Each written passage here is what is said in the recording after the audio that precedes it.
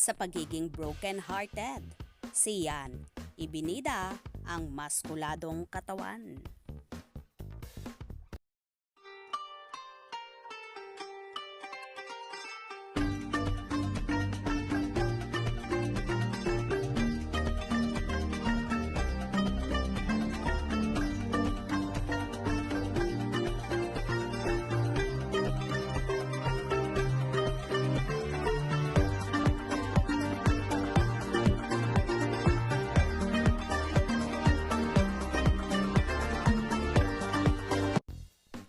Ipinasilip ng aktor na si Sian Lim ang kanyang maskuladong katawan.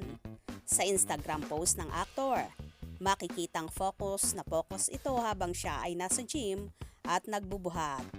Simple lang ang naging caption ni Sian sa ibinahaging video at nag-iwan lang ito ng emoji. Samantala, kamakailan lang ay kinumpirma ng aktor na hiwalay na sila ni Kim Chiu. Sa pamamagitan ng isang Instagram post, ibinahagi pa nito ang mensahe niya para sa actress. I wish that you will find all the happiness and love you are searching for. You deserve nothing but the best. No goodbyes here. I'll see you around Pitonia at Chinita Princess.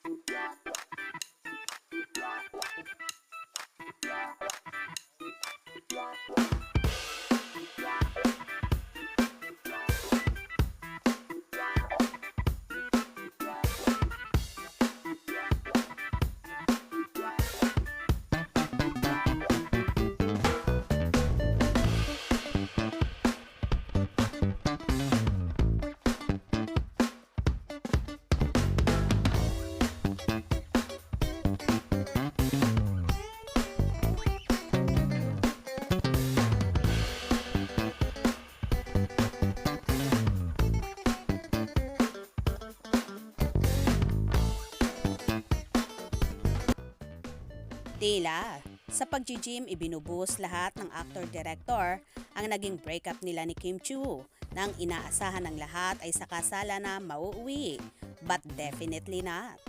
Sino naman kaya ang bagong iibigin ni Sian Lim ngayong 2024? Abangan natin yan. Kaya naman tumutok at huwag na huwag pahuhuli sa mga maiinit na kaganapan. Anong inyong magiging reaksyon sa bidyong ito? Comment below.